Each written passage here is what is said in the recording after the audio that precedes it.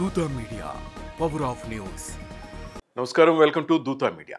YCP వ్యతిరేక vote చీలకూడదు. చీలిందంటే పథకాల మత్తుమందు చల్లి సన్నకారు జనంతో పాటు మధ్యతరగతిని తన వైపు తిప్పుకున్న జగన్మోహన్ రెడ్డిని ఎదుర్కోవడం అంత సులభం కానే కాదు అంటూ పవన్ కళ్యాణ్ చేసిన ఆలోచనతో ఏపీ వైడ్ మంచి నెట్వర్క్ ఉన్న తెలుగుదేశం ఆ పార్టీతో బాయి బాయి అంది. చిన్న పామునైనా పెద్ద కర్రతో కొట్టి తీరాలన్న పవన్ ఆలోచన బద్ధశత్రులో ఉన్న టీడీపీ బీజేపీ ఒకటేందుకు దోహదపడింది. మొత్తానికి అందరినీ ఒకటి చేయాలని, శత్రువును మూకుమ్మడి ఎదుర్కోవాలని పవన్ చేసిన ఆలోచనకు ఓ తుది రూపం వచ్చింది. ముగ్గురు కలిసినా సరే జనం ఒకవేళ జగన్ పథకాల వైపు మొగ్గు చూపితే ఆ సందేహానికి సమాధానమే 6 హామీలయ్యాయి. కర్ణుడి చావుకి 1,00,000 కారణాలు అన్నట్లుగా అటు మిత్రబంధము, ఇటు పథకాల ప్రవాహము కూటమికి తిరుగులేని అధికారాన్ని కట్టబెట్టాయి. సో కలిసికట్టుగా ముందుకు కదిలితే కాస్తంత లౌక్యం ఉపయోగించగలిగితే ఎంతటి బలమైన శత్రువునైనా ఎదుర్కోవచ్చునన్న భరోసా కూటమి నేతలకు ఎరికైంది. కొన్నేళ్ల తర్వాత ఈ బంధం ఎలా ఉంటుందని దాని మీద కొన్ని సందేహాలు అయితే ఉన్నాయి, కానీ ఇప్పటికి మాత్రం కాపురం పెద్దగా కలతలు లేకుండానే కదులుతోంది. అఫ్ కోర్స్ ఫ్యూచర్ లో కూడా అలాగే ఉండొచ్చు కూడా. మొత్తానికి ఇప్పుడు దాకా సాగుతున్న చక్కటి కాపురాన్ని ఆంధ్రప్రదేశ్ నుంచి తెలంగాణకు కూడా విస్తరించాలన్న కోరిక కూటమి నేతల్లో మొదలైనట్లు తెలుస్తోంది. ముగ్గురు ఒక్కరుగా జతగట్టి జగన్మోహన్ రెడ్డి జాతకాన్ని తిరగరాసిన నేపథ్యంలో ఇదే వ్యూహంతో తెలంగాణలో కూడా ముందుకు కదిలితే రెండో తెలుగు రాష్ట్రంలో కూడా కూటమిని అధికారులకు తేవచ్చునన్న ఆలోచన కూటమి నేతల మదిలో ఎప్పుడో మొదలైందన్నది కాదనలేని నిజం. ఇందుకు ఎన్నో కారణాలు దోహదపడుతున్నాయి. ఉమ్మడి ఆంధ్రప్రదేశ్ ఉన్న సమయంలో ఉన్నంత హవా తెలుగుదేశానికి ఇప్పుడు తెలంగాణలో లేదు, కానీ ఇప్పటికే ఆ పార్టీని, చంద్రబాబు కుటుంబాన్ని అభిమానించే కార్యకర్తలు మాత్రం ఉండనే ఉన్నారు. అటు ఆంధ్రప్రదేశ్లో ఎలా అయితే పవన్ కళ్యాణ్ గుండెలో పెట్టుకుని చూసుకునే అభిమానులు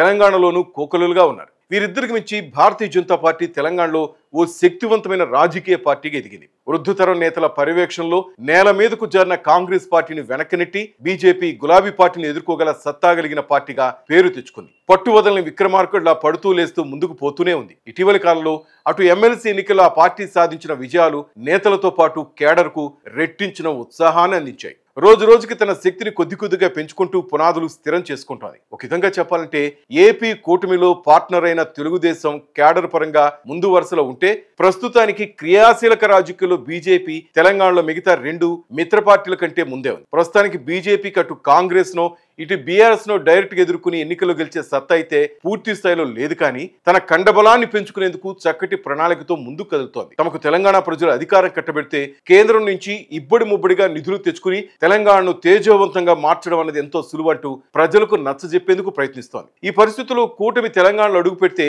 ఆ కూటమిని లీడ్ చేసే అర్హత బీజేపీకి అనుకూలంగా ఉంటుందనేది కాదనలేని నిజం. నార్త్ ఇండియాలో అజేయమైన శక్తి ఎదిగిన బీజేపీకి దక్షిణాదిన పెద్దగా పట్టు దొరకలేదన్న దిగులు గట్టిగానే ఉంది. సామధాన భేద దండోపాయాలతో ఆ లక్ష్యాన్ని సాధించి తీరాలన్న కోరిక అటు మోడీకి, ఇటు అమిత్ షాకు గట్టిగానే ఉంది. సో ఈ క్రమంలో తెలంగాణలో తమ మిత్ర పార్టీలు జనసేన, తెలుగుదేశం కలిసి కాపురం పెడదాం, అధికారం చేపడదాం అని అడిగితే బీజేపీ నో చెప్పే అవకాశమే లేదన్నది కాదనలేదు. మోడీ స్ట్రాటజీ కూడా ఇదే. ముందుగా ఇంట గెలవాలి, ఆ తర్వాత రచ్చ గెలిచేందుకు ప్లాన్ వేయాలన్నది ఆ బీజేపీ అగ్రనేత విన్నింగ్ ఫార్ములా. సో తెలంగాణలో తమ పార్టీ అగ్రస్థానం నిలబడి తెలుగుదేశం, జనసేన పార్టీలకు 2-3 స్థానాలు ఇచ్చేందుకు పెద్దగా సంశయించే అవకాశం ఉండదు. ఈ ఆలోచనలో భాగంగానే ఇటీవల జనసేన ఆవిర్భావ సభలో పవన్ తెలంగాణ ప్రస్తావన తెచ్చి ఉండవచ్చు. ఇప్పుడు అర్జెంటుగా ఈ కూటమి తెర మీదకి రాకపోవచ్చు, కానీ ఆంధ్రప్రదేశ్లో ఎన్నికల్లో గెలిచేందుకు ఇచ్చిన హామీల పరిస్థితి కాస్తంత గాడిన పడిన వెంటనే తెలంగాణను హస్తం నుంచి తప్పించి తమ హస్తగతం చేసుకునే పనిలో ఆ 3 పార్టీలు పడితీరుతాయన్న అభిప్రాయాన్ని కొట్టిపారేయలేదు. అందుకు తెలుగుదేశం కూడా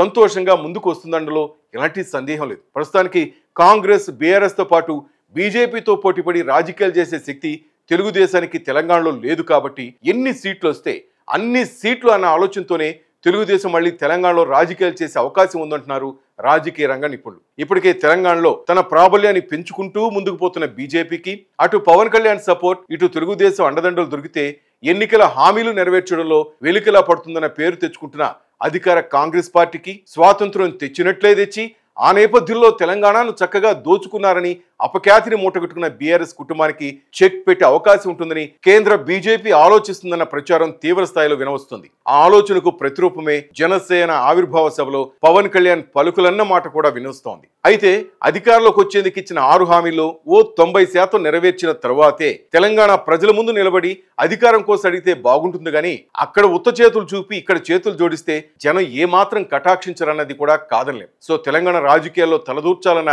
జనసేన, తెలుగుదేశం కోరికల బాల్ ఇప్పుడు బీజేపీ కోర్టులోనే ఉంది. మరి ఆ పార్టీ మిత్ర పార్టీలతో కలిసి పోరాటానికి దిగుతుందా, లేదంటే ఒంటరి పోరాటంతో తెలంగాణ గడ్డ మీద కాషాయ జెండా పాతుందా అన్న విషయంలో కొద్ది కాలంలోనే క్లారిటీ వచ్చే అవకాశం ఉంది. ఇటీవల జరిగిన ఆవిర్భావ సభలో జనసేనాని పలుకులు మననం చేసుకుంటే కొద్ది కాలంలో తెలంగాణ రాజకీయాలు మరింత రంజుగా మారే అవకాశం స్పష్టంగా కనిపిస్తోంది. హాయ్ అండి, నేను మీ ఆర్జే శేఖర్ భాష.